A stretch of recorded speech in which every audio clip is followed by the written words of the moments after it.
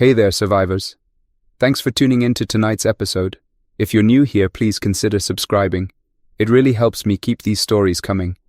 And while you're here, let me know in the comments where you're listening from. Now let's get started.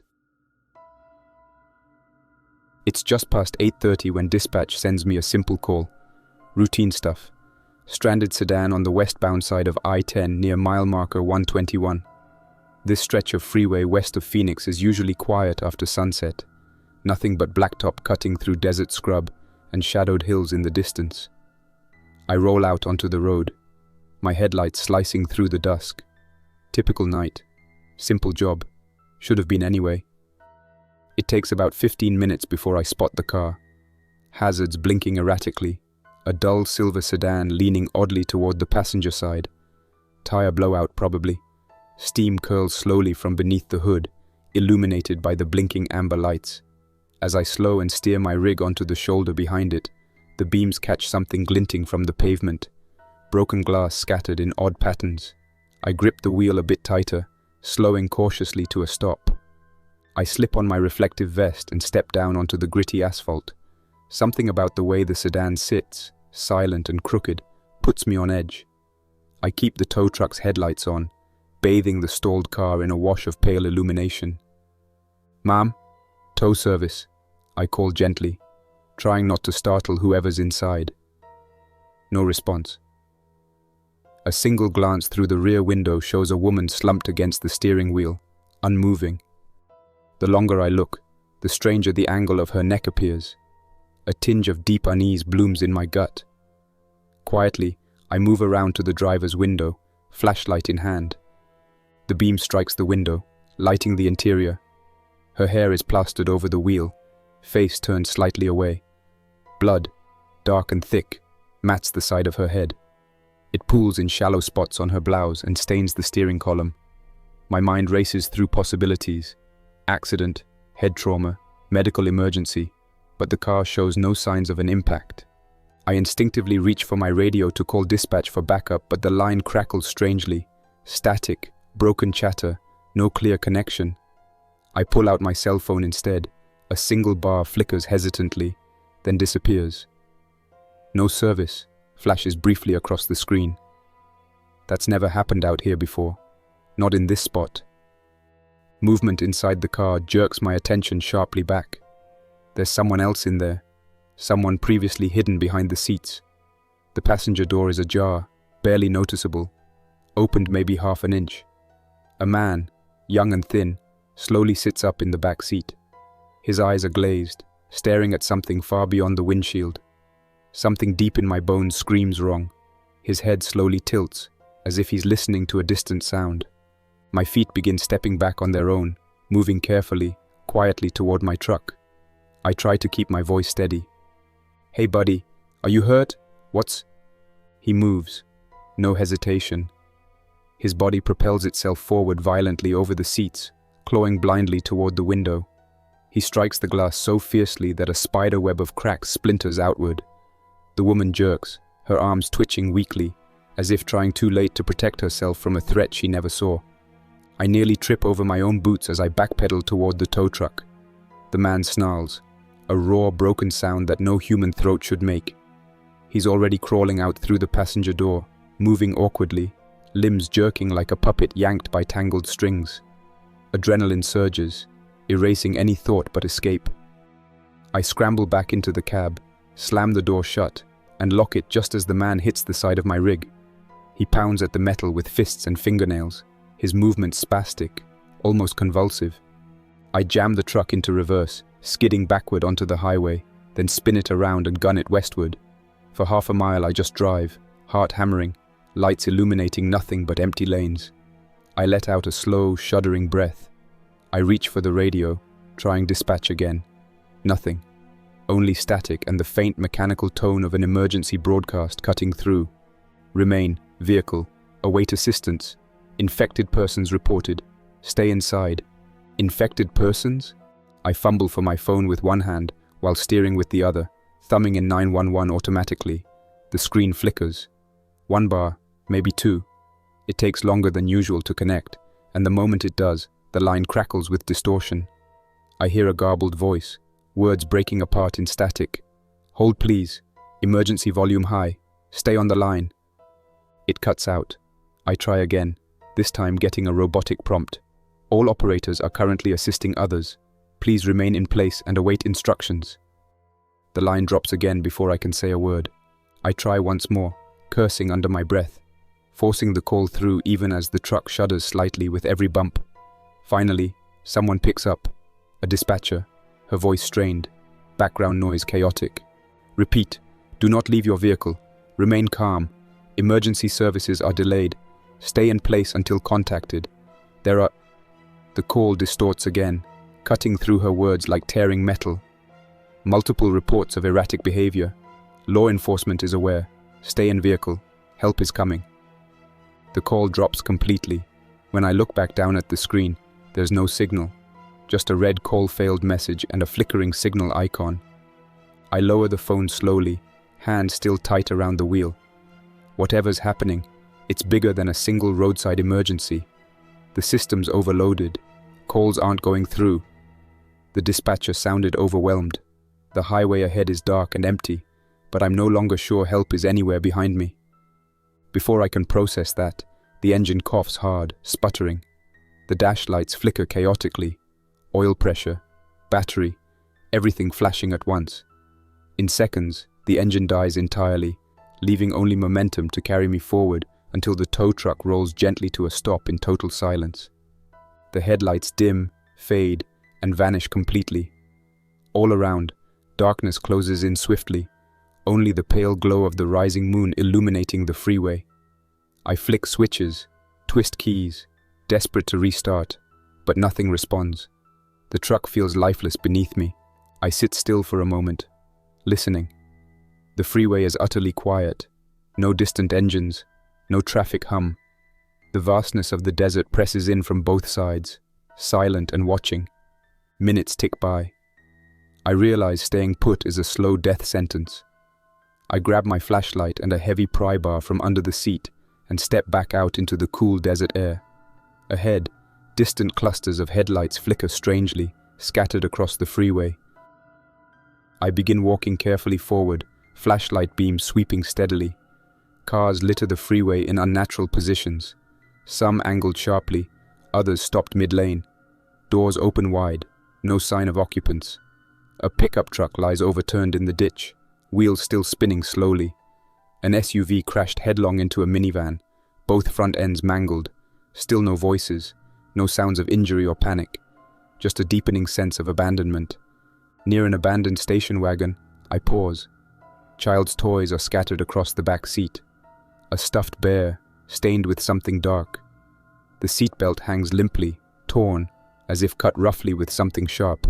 I force my eyes away. Then, movement in the rearview mirror. A shadow, thin and long, sliding slowly between abandoned cars. It moves cautiously, deliberately, clearly aware of my presence but waiting, watching. I freeze, listening to my pulse thumping softly in my ears, my grip tightening instinctively around the pry bar. Another sound, a soft shuffling noise, just behind the next vehicle over. Then another, farther ahead. They're surrounding me.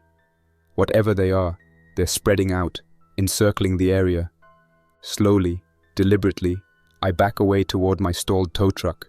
The shadow behind me pauses, hesitates, and then slips silently beneath a minivan. I pick up my pace, breaking into a slow jog. The shapes follow quietly, ghost-like in their movements. When I reach my truck, I climb swiftly into the cab, locking the doors and sliding low in the seat. My flashlight is off now, the desert outside illuminated only by faint moonlight. More shadows arrive, silent shapes standing among the vehicles, utterly still. Minutes stretch on, an hour passes, maybe more. I lose track. I'm paralyzed, unable to risk another step. The freeway remains motionless, a haunting tableau of abandonment and quiet menace. Then, a sudden burst of static from the radio makes me jump. "This is an emergency alert. Stay in your vehicle. Do not approach infected. Await further instructions." The recording repeats itself endlessly, echoing softly in the empty cab. Each repetition deepens my dread, each word weighing heavier. Stay inside. Wait for help. But help isn't coming. No sirens pierce the darkness. No rescue lights appear. Only the shadows remain, patiently encircling me, waiting for something, waiting for me to move. I sit quietly, pry bar gripped tightly, eyes scanning endlessly, understanding now with stark clarity that this freeway is no longer an escape route. It's a corridor of abandoned hopes and sinister things patiently waiting. Minutes blend into one another, the hours passing like thick molasses. Every shadow outside seems to shift subtly in place, like sentinels posted around my truck, silent and vigilant. The air grows cooler, pressing against the windows, fogging the glass just enough to blur my vision slightly, turning the silhouettes into even more distorted shapes. Nothing moves toward me aggressively, no claws scratching at the door, no sudden lunges out of darkness. Yet their presence is undeniably hostile, almost calculating. It's as if they're deliberately letting isolation do the job, wearing me down with the slow erosion of nerves rather than direct confrontation. As the minutes become hours, the freeway itself feels increasingly alien, more a stage set abandoned by its actors than a vital artery of civilization. All around are stalled vehicles, haphazardly stopped in mid-travel, some with doors hanging open as if the occupants fled in panic, others shut tightly, as if the drivers had sealed themselves inside at the last possible moment. The moon shifts higher, casting a pale, silver-blue sheen over everything. I can see broken windows glittering softly, the faint gleam of spilled oil pooling beneath wrecked engines, even the silent, dark forms of bodies slumped in some cars. It's all rendered surreal by silence, the complete lack of typical highway noise.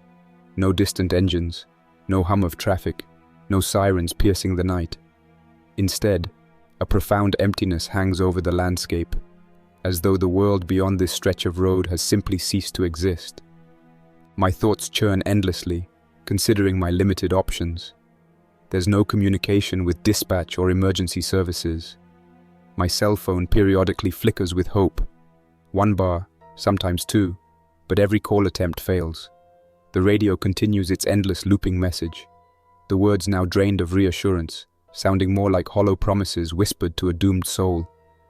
I wonder briefly if anyone else is receiving the same transmission, sitting quietly in their own isolated vehicles somewhere nearby, their own worlds equally frozen by the unseen threat. Eventually, the stillness becomes unbearable. Sitting idle feels too much like giving up, surrendering to the quiet menace outside. I force myself to move, cautiously shifting in the driver's seat. The cab of my truck has always felt sturdy and secure before tonight. Now it seems fragile.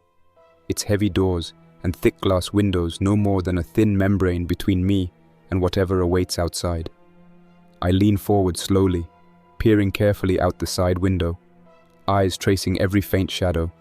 Several shapes stand motionless near abandoned cars, silhouettes defined by the eerie moonlight, shoulders hunched awkwardly, heads tilted as if listening or sniffing the air. They never move closer, but neither do they retreat. They remain patient, silent guardians of this strange new status quo. My eyes move across the interior of the truck cab, inventorying resources. Aside from my flashlight and pry bar, there's a small first aid kit tucked beneath the passenger seat, a half-empty water bottle from earlier in the shift, a granola bar crumbling inside my glove compartment. It's barely enough to sustain me through a single night, let alone a prolonged siege. But staying here indefinitely is impossible. Eventually, hunger or thirst or madness from confinement would force my hand. It's clear I must leave at some point. The question is when and how, knowing the creatures outside are merely biding their time, waiting for my nerve to crack. Movement catches my eye again, this time toward the far side of the freeway. A pale form slips quietly between two vehicles, momentarily illuminated by moonlight, showing skin strangely colorless, almost grayish-blue. Its gait is odd, unsteady, jerking subtly, as though its body isn't fully under its own control. It's another stark reminder that whatever this infection is, it doesn't just kill its hosts. It transforms them, leaves them in a limbo state between life and death, wandering mindlessly, perhaps driven by some primitive impulse beyond my understanding. The rational part of my mind searches for explanations. A virus, a toxin, something chemical, but quickly realizes it doesn't matter. Understanding won't help me survive right now. Only action can do that. I sit up straighter, forcing myself to move with deliberate purpose.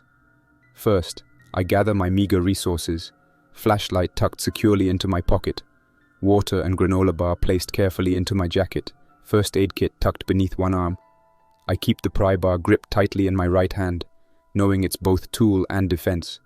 With painstaking slowness, I ease the truck door open a fraction of an inch, wincing inwardly at the soft click of the latch releasing. Cool night air whispers into the cab, carrying a faint, acrid scent, something bitter and chemical mixed with the faintest hint of decay. It fills my senses briefly, a grim reminder of the nightmare reality I'm stepping into. I wait several heartbeats, watching and listening closely for any sign of reaction from outside. Nothing moves in my direction yet. The creatures seem content to observe, almost curious in their passive menace. Carefully, I swing the door wider and slip quietly down onto the asphalt, boots crunching softly against gravel. Staying low, I move immediately toward the nearest cluster of abandoned vehicles, hoping to put some solid cover between myself and the observing shadows.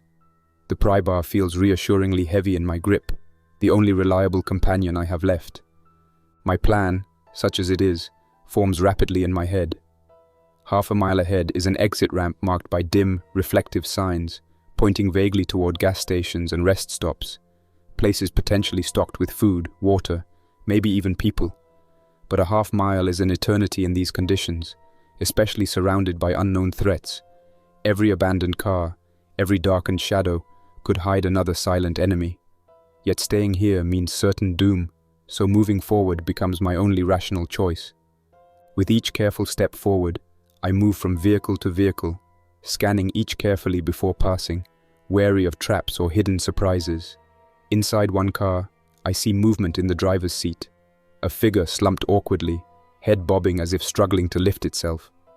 I move swiftly past, unwilling to pause and learn more. Another car sits empty, doors hanging open, seatbelts sliced cleanly, as if by something sharp. I force my eyes forward, away from speculation about what fate befell the occupants. A rustling noise ahead snaps my attention sharply upward. Near a battered SUV, something low to the ground shifts quickly from view, darting behind a nearby sedan. I freeze, crouching low beside a half-open passenger door. Seconds pass silently, then another rustle, this time clearly identifiable as feet scraping softly across pavement. My breath slows deliberately, heart steadying, instincts overriding fear. Whatever moves ahead is still partially obscured, but unmistakably human-shaped. Its movements, however, are anything but natural. It pauses briefly, appearing confused or uncertain, limbs twitching strangely. I wait patiently, knowing any sudden movement or noise will draw its attention immediately. After several tense moments, it moves slowly onward, slipping behind more vehicles until finally disappearing completely from sight. Exhaling softly, I continue forward, steps careful and measured, senses fully alert. Finally, the reflective signs of the exit ramp appear clearly ahead, glinting softly beneath moonlight. Relief mixes strangely with anxiety. Escape from this freeway nightmare within reach, yet uncertainty of what lies beyond filling my mind with fresh apprehension. Still, hesitation equals danger. I quicken my pace slightly, keeping careful watch on both sides of the freeway as I draw nearer. Then, suddenly, something changes. Ahead, closer to the ramp, several silhouettes appear simultaneously, rising silently from behind stalled vehicles, standing motionless in a loose formation directly across my intended route. They're clearly aware of me now, their heads turning slowly in unison, eyes glinting faintly in moonlight. There's intelligence in their movements, something collective and unsettling. My throat dries instantly, instincts urging immediate retreat. But behind me, I hear another faint shuffle of feet against asphalt. Turning slightly, I see more shapes emerging quietly from darkness, closing off retreat. They move with the eerie coordination of creatures acting on some primal instinct, drawn toward me without haste or panic. I realize quickly there is only one option left: lateral movement, away from the main roadway, into the scrub-covered desert that lines the freeway. The idea of abandoning the faint promise of civilization, represented by the exit ramp, fills me with dread, but standing still means death. I quickly pivot and step over the guardrail, descending carefully into the dusty soil. Scraggly desert shrubs snag at my clothes, their dry, brittle branches scratching softly as I push through. The terrain here slopes gently downward, uneven and rough beneath my boots. I carefully pick my way between sparse bushes and scattered rocks, making every effort to avoid unnecessary noise that might draw attention from the figures above. The moon provides enough illumination to see, but shadows pool deeply between each shrub and stone, obscuring hidden dangers. Occasionally, I glance upward toward the freeway, catching glimpses of pale, motionless silhouettes watching me silently from above, their figures backlit by faint reflections off abandoned vehicles. None follow immediately, yet their patient observation feels just as threatening as direct pursuit. I continue moving steadily downward, deeper into the desert, until the freeway becomes a distant, shadowy ridge behind me, barely visible. The quiet here is immense, unbroken even by the distant hum of engines or city noise. It feels as though I've slipped completely from one world into another, an older, wilder place untouched by the chaos consuming civilization. But my sense of relief is short-lived, replaced quickly by the realization of new dangers: dehydration, exposure, getting hopelessly lost in the darkness. I slow my pace slightly, assessing my surroundings. The desert floor levels slightly ahead, leading toward what appears to be a shallow, dry wash, a narrow, sandy channel carved by ancient floods. These washes often wind their way for miles through Arizona's deserts, eventually intersecting roads, trails, or settlements. It feels like a chance worth taking, a natural pathway offering at least some minimal direction. I carefully descend into the sandy bed of the wash, the softer ground muffling my footsteps.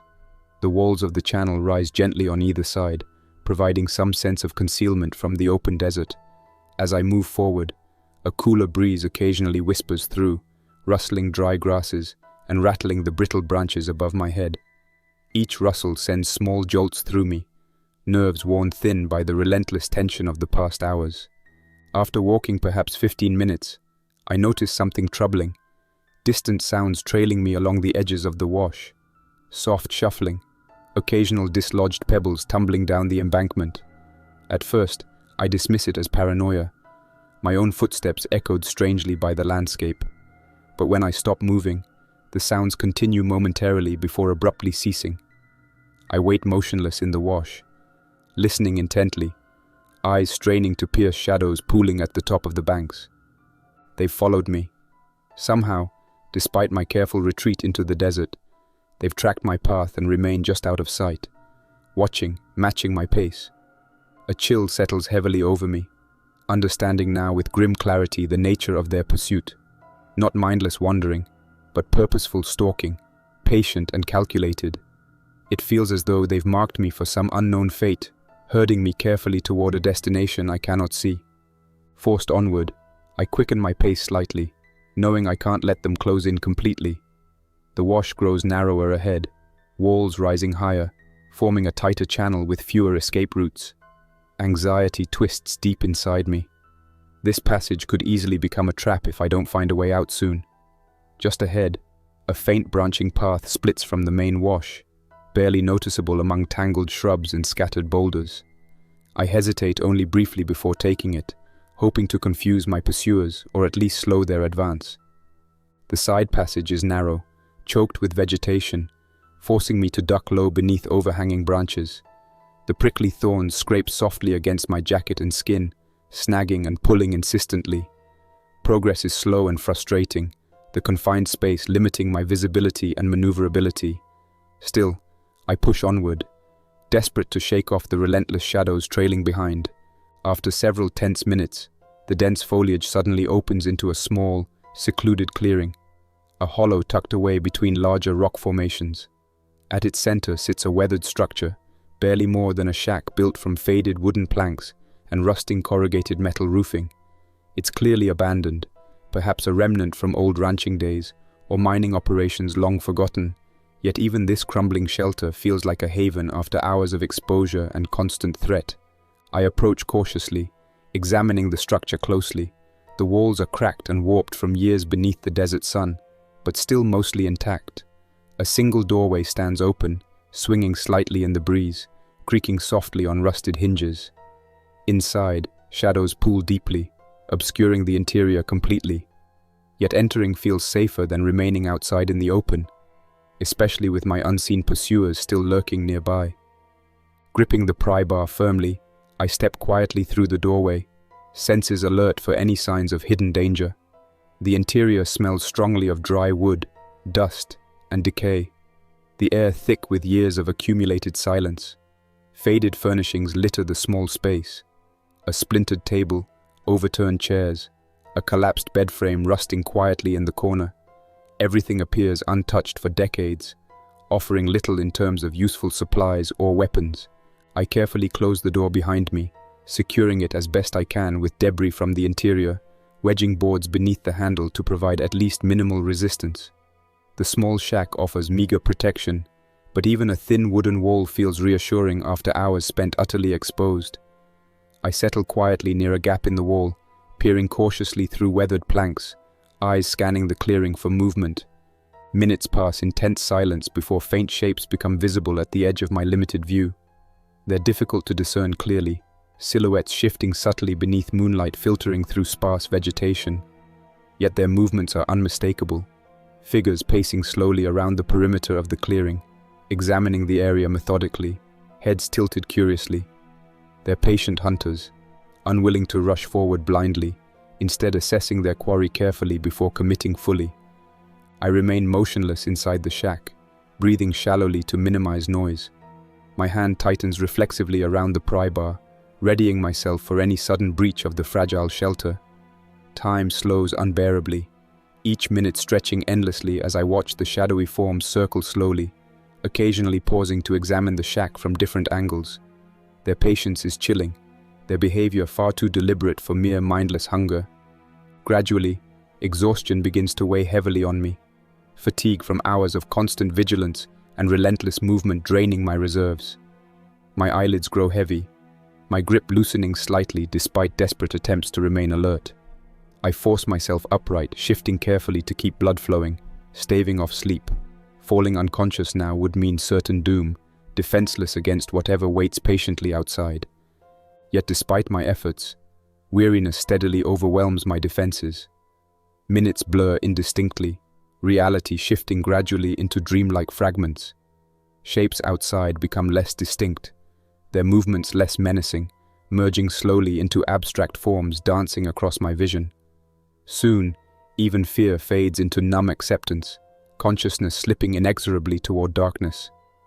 Then, abruptly, a sharp noise snaps me awake, a loud cracking sound echoing sharply through the shack.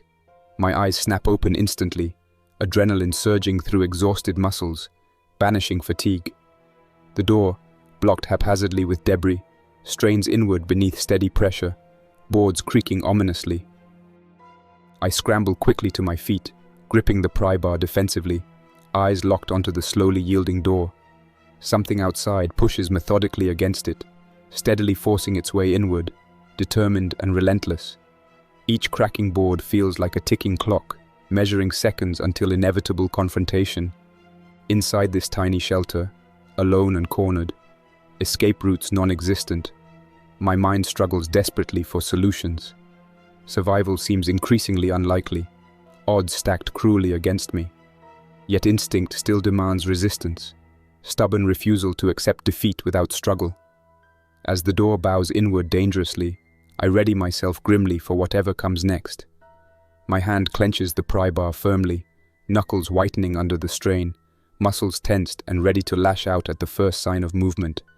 The shadows beyond the broken doorway ripple slightly, silhouetted figures slowly coming into view against the pale moonlit background outside. Then, the first figure steps deliberately into the shack, shoulders hunched, movements jerky and unnatural. It stares forward, eyes vacant but somehow predatory, head tilted curiously like an animal sizing up prey. A second figure follows close behind, blocking out what little moonlight had filtered inside. Their skin looks grey and sickly in the dim illumination, streaked with dark stains. torn clothing hanging loosely around their thin frames. They move in sync, silent and focused, advancing slowly with deliberate caution, eyes never breaking away from my own gaze. I steady myself, breathing slowly, calmly, waiting for their inevitable rush. My mind briefly considers surrender. Perhaps dropping the pry bar would buy mercy or a swift end. But something deeper inside immediately rejects the thought. These creatures do not look capable of mercy, their expressions devoid of recognizable humanity. Only predatory instinct remains, guiding them inexorably forward toward their prey.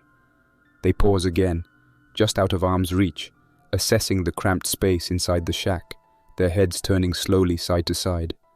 Then, without warning, the closest figure lunges forward, arms outstretched, reaching desperately toward me with spindly fingers. My reflexes kick in immediately. I swing the pry bar hard and low, striking sharply against its knee, feeling the sickening crunch of bone and cartilage beneath metal. The figure crumples to one side, leg buckling grotesquely beneath it. But before I can react further, the second creature leaps forward, snarling softly, grabbing at my shoulder with surprising strength, fingers digging into the fabric of my jacket, pulling me toward its snapping teeth. I twist sharply away, swinging the pry bar upward with desperate force. The blow connects solidly with the side of its head, snapping it sideways, staggering it backward against the wall. For a brief moment, both assailants hesitate, stunned by sudden pain or damage, their movements confused and disoriented. I seize the opportunity instantly, kicking sharply at the already damaged knee of the first creature, causing it to collapse completely onto the floor, flailing weakly. My breath comes in ragged gasps as I leap past both downed attackers, sprinting toward the shattered doorway, driven solely by desperate instinct and adrenaline. More shadowy figures crowd the clearing beyond, but confusion from the sudden chaos inside the shack has given me a slim opening, a brief momentary path of escape. Without hesitation, I plunge headlong into the darkness, racing blindly away from the shelter, pushing through tangled vegetation, ignoring the sharp sting of branches whipping against my exposed skin. The desert opens ahead into flatter ground, sparse moonlight offering barely enough visibility to avoid stumbling. Behind me, I hear movement, rapid footsteps echoing softly against sand and gravel. They're pursuing again, quickly recovering from my brief counterattack. My only hope now is speed and the cover of darkness, racing headlong into unfamiliar terrain, desperate to put distance between myself and the relentless predators trailing close behind. After several agonizing minutes of running, lungs aching with exertion, legs trembling from fatigue, the desert begins to rise steeply upward, forming a rocky hillside dotted sparsely with boulders and loose gravel. Climbing this terrain seems risky, but staying exposed on flat ground would quickly allow them to close the distance. I have no choice but to ascend, scrambling upward as quickly as footing allows, hands gripping desperately at rough surfaces, sliding occasionally on loose stones. Glancing briefly behind me reveals shadowy forms hesitating momentarily at the base of the incline, movements uncertain, perhaps wary of difficult terrain. It's enough encouragement to press onward, climbing steadily higher until reaching a narrow ledge halfway up the slope, barely wide enough to support my weight. I collapse momentarily onto this small refuge, muscles shaking uncontrollably, lungs drawing ragged breaths, watching carefully for signs of pursuit. Below, several figures remain visible near the base of the hillside, milling slowly, seemingly unwilling or unable to follow further upward. For the moment, the height and difficult climb appear to offer temporary safety, but the relief is short-lived. Being trapped on this narrow ledge is no long-term solution. Exhaustion weighs heavily now, draining resolve, clouding judgment. Yet survival demands clarity and action, not surrender to fatigue or despair. I force myself upright once more, examining carefully the rocky surface around me. The ledge continues ahead, winding gradually upward around the hillside toward its crest, disappearing eventually behind an outcropping of jagged stone. With nowhere else to go, following this precarious path becomes the only viable option. Moving carefully, step by cautious step, balancing delicately along the narrow edge, I make slow progress upward, wind whispering softly past my ears, occasional stones rattling quietly beneath shifting weight. After several tense minutes, The ledge broadened slightly into a small plateau nestled high on the hillside, sheltered partially by an overhang of rock above. At its center sits another unexpected structure, a small observation hut constructed from rough-hewn stone and weathered wooden beams, clearly built decades ago, likely abandoned long since by whoever once manned it. Yet the thick stone walls appear sturdy and defensible, offering perhaps my first genuine chance at secure shelter. Approaching cautiously, I peer inside through a narrow doorway, finding the interior dim and dusty, but empty of immediate threats. Scattered furniture remains, an overturned wooden table, splintered chairs, rusted tools, but nothing moves within. Feeling moderately secure, I slip carefully inside, closing and barricading the door behind me as thoroughly as possible with available debris.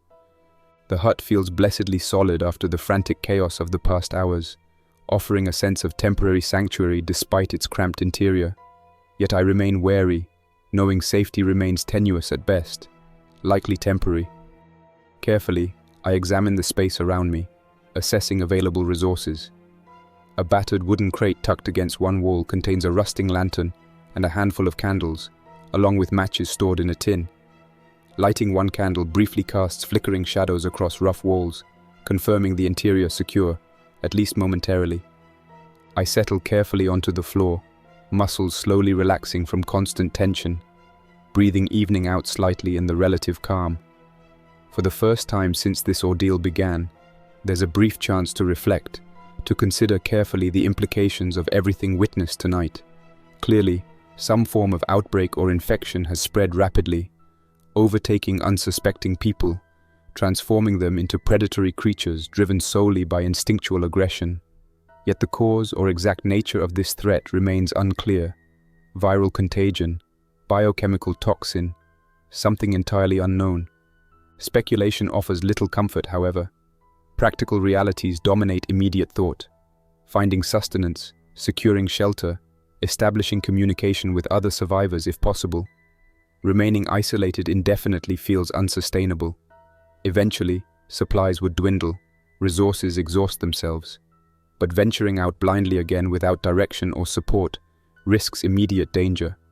Both options feel equally grim, underscoring the hopelessness of current circumstances. Still, surrender remains unthinkable. Survival demands continued effort, no matter how daunting. Tomorrow will require decisions, perhaps exploring further upward along this hillside, searching for alternate routes toward civilization, signals of other human activity. For now, though, exhaustion finally overwhelms resolve, eyelids growing heavy despite best efforts to remain alert. Sleep overtakes quickly, dreamless and mercifully empty, consciousness fading gently toward oblivion. When consciousness returns, it does so slowly, gently drawn back by a pale, grayish glow filtering weakly through gaps in the rough wooden walls. Dawn has arrived quietly, revealing the barren landscape outside in muted tones. For several minutes, I remained still, absorbing the quiet solitude of early morning, listening carefully for any hint of danger. The air feels calm, the oppressive tension of the previous night momentarily lifted, yet an instinctive caution remains, the silence itself somehow unsettling. Slowly sitting upright, stiff muscles protesting the movement, I peer carefully through gaps in the stone and wood structure, scanning the immediate vicinity. The hillside appears empty, desolate under the early daylight. There's no sign of movement, no evidence of the relentless pursuers who stalked me throughout the night. Only silence, vast and indifferent, stretches endlessly across the barren landscape. My mind sharpens slowly, returning to practical considerations. Hunger gnaws quietly, thirst a constant dull reminder of limited resources. The granola bar and remaining water tucked in my jacket pockets provide a modest breakfast, offering small comfort but no lasting satisfaction. Sustenance remains a pressing concern. Prolonged survival demands more substantial supplies, sources of food and water currently unknown. Deciding to explore cautiously, I slip quietly from the small shelter, descending carefully from the rocky hillside back onto flatter ground. In daylight, the terrain appears less intimidating, revealing paths and animal trails winding subtly through desert scrub. Choosing a promising route headed roughly toward distant foothills rising gently on the horizon, I move forward slowly, alert for any hint of danger or signs of human activity. Hours pass quietly, the landscape slowly transforming from barren scrub to areas dotted more generously with dry grass and sparse clusters of trees. Occasionally, distant movements catch my eye. Small animals skittering quickly into hiding, birds circling lazily overhead. But nothing overtly threatening appears. Yet the subtle unease of isolation lingers, heightened by uncertainty about the broader world. Is civilization entirely overwhelmed? Or are pockets of survivors out there, somewhere, desperately clinging to safety as I am? Eventually, near midday, the distant shapes of structures become visible along the horizon. Rooftops, fences, what appears to be a small, isolated settlement tucked discreetly into low foothills. Hope rises cautiously within, tempered immediately by caution. Such a community could offer resources and safety, but also potential dangers, inhabited by survivors wary of outsiders, or possibly overtaken completely by infected creatures. Yet the need for food, water, shelter, and potential communication demands exploration. Approaching carefully, I keep low to the ground, using natural cover to conceal my movements. From a distance, the settlement appears quiet. No visible activity within or around buildings. Fences stand mostly intact, though several sections sag or lie broken, suggesting either neglect or recent conflict. Choosing a discreet approach along one of these compromised sections, I slip quietly inside, immediately pressing close against the nearest structure. A small, single-story house with faded paint and boarded windows. Inside the community's perimeter, silence hangs heavily, deeper and more unsettling. Carefully circling around the small house, I find the rear entrance unlocked, door swinging open slightly in the breeze. I step inside cautiously, eyes adjusting slowly to dim interior lighting. The home feels abandoned, furniture overturned, personal belongings scattered haphazardly, suggesting a sudden departure or hurried evacuation. Quickly moving through each room, I search for supplies, canned foods, bottled water, any available items useful for survival. The kitchen yields several cans of food, dry crackers, and precious bottles of clean water tucked carefully beneath counters. Gratefully, I gather everything manageable into a discarded backpack lying near the door, aware every additional item provides valuable minutes or hours of continued survival.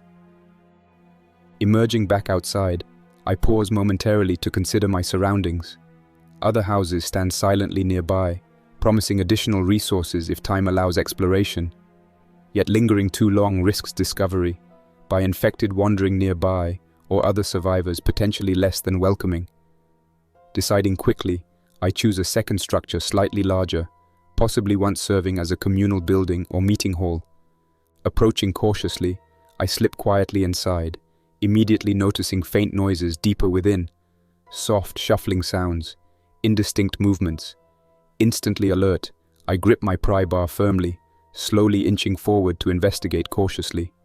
Peering around a corner reveals a shocking scene. Two figures kneeling quietly, sorting carefully through scattered supplies strewn across the floor. Clearly human, alive, survivors like myself, cautiously scavenging for resources. Relief surges instinctively, tempered quickly by caution. Encounters in this uncertain world could turn hostile swiftly, especially if desperation drives their behavior. Carefully clearing my throat, I speak softly, announcing myself gently to avoid startling them unnecessarily. The two survivors turn immediately, startled but quickly registering no immediate threat from my cautious approach. Brief conversation follows quickly, efficiently exchanging essential information. They're from this small community, having returned cautiously after evacuation attempts collapsed overnight. Reports suggest the outbreak swept rapidly across local towns. Authorities overwhelmed completely within hours. Communications remain unreliable, conflicting reports leaving widespread uncertainty about broader conditions. Yet scattered communities still exist, holding together tenuously, relying heavily on mutual cooperation and caution. Recognizing mutual advantage, they agree quickly to temporary alliance, pooling resources and information. Plans form immediately. Secure this small settlement as a temporary base. Gather additional supplies carefully. Establish signals or communications to locate additional survivors. Working swiftly, We fortify existing fencing, secure doors and windows more thoroughly against potential intrusion, establish careful watches throughout approaching nightfall. As daylight fades quietly into evening shadows, quiet conversations occasionally punctuate watchful silence, exchanging brief personal histories, cautious stories of survival and loss. Mutual respect forms cautiously, each recognizing shared struggles and hardships already endured. In this uncertain world, survival increasingly depends on careful cooperation, building fragile alliances against overwhelming threats lurking everywhere. As darkness finally settles fully around the small settlement, silence deepens again, watchful guards patrolling perimeter cautiously. Occasional noises echo softly, distant animals, wind rustling dry vegetation, each sound carefully assessed for potential danger. Tension remains palpable, nerves tightly coiled against potential threats, memories of previous night's horrors haunting vividly. Suddenly, distant noises grow louder, more insistent, approaching footsteps crunching softly against gravel, figures emerging slowly from shadows beyond perimeter fencing. Instantly alert, survivors gather quickly, weapons readied defensively against potential intrusion. Shapes draw closer, gradually resolving into clearly human forms. Ragged clothing, exhausted movements suggesting survivors rather than infected creatures. Brief cautious exchange confirms their identity quickly. Additional survivors, fleeing scattered towns and communities, collapsing completely overnight. Desperation clearly evident, exhaustion etched deeply into every face. Recognizing mutual advantage, quick decision follows immediately. Open gates cautiously. Welcome new arrivals carefully. Establish necessary precautions against potential infection. Throughout subsequent hours, careful screening confirms newcomers' safety. No visible infection evident. Cautious behavior reassuring remaining doubts. Numbers swell modestly. Combined resources providing temporary stability. Cautious optimism cautiously growing, despite lingering dangers remaining ever present. Communications remain unreliable, conflicting reports offering minimal clarity about broader conditions. Yet growing evidence suggests widespread collapse, civilization buckling completely beneath overwhelming chaos. Yet even amidst overwhelming uncertainty, survivors stubbornly persist, resilient despite profound losses already endured. Immediate concerns demand careful attention, securing settlement further, gathering additional resources methodically, establishing careful cooperation necessary for continued survival. Each small victory, every successful defense against lurking threats, reinforces stubborn resolve, determination remaining unyielding despite overwhelming hardships. Days blend indistinctly into nights, routines established cautiously, constant vigilance maintained against potential threats. Occasional infected wander nearby, quickly dispatched efficiently by careful watchful guards. Cooperation grows stronger gradually, mutual reliance fostering cautious friendships despite lingering suspicions inevitably persisting. Each survivor carries deep wounds, losses of family, friends, homes, communities. Yet strength persists stubbornly, fueled by mutual support cautiously extended amidst widespread devastation. Occasionally, distant signals emerge, brief radio transmissions, cautious communications indicating other scattered communities stubbornly enduring. Networks gradually re-establish carefully, mutual assistance cautiously extended amidst overwhelming uncertainty. Civilization, though battered and profoundly shaken, stubbornly persists, resilient despite overwhelming losses already suffered. Ultimately, survival demands persistent effort, continued cooperation cautiously extended amidst overwhelming uncertainty. Each cautious step forward, every carefully managed victory, reinforces stubborn resilience, unwillingness ever to surrender completely despite overwhelming hardships endured. The future remains profoundly uncertain. Challenges persist everywhere, lurking threats remaining constant reminders of fragility, but determination persists stubbornly, survival cautiously extended one cautious step at a time. That's all for now. Thanks for listening. If you enjoyed this story, don't forget to like and subscribe for more unsettling creepypastas. Your support keeps my channel alive. Until next time, stay quiet, stay vigilant, and trust nothing, not even the silence.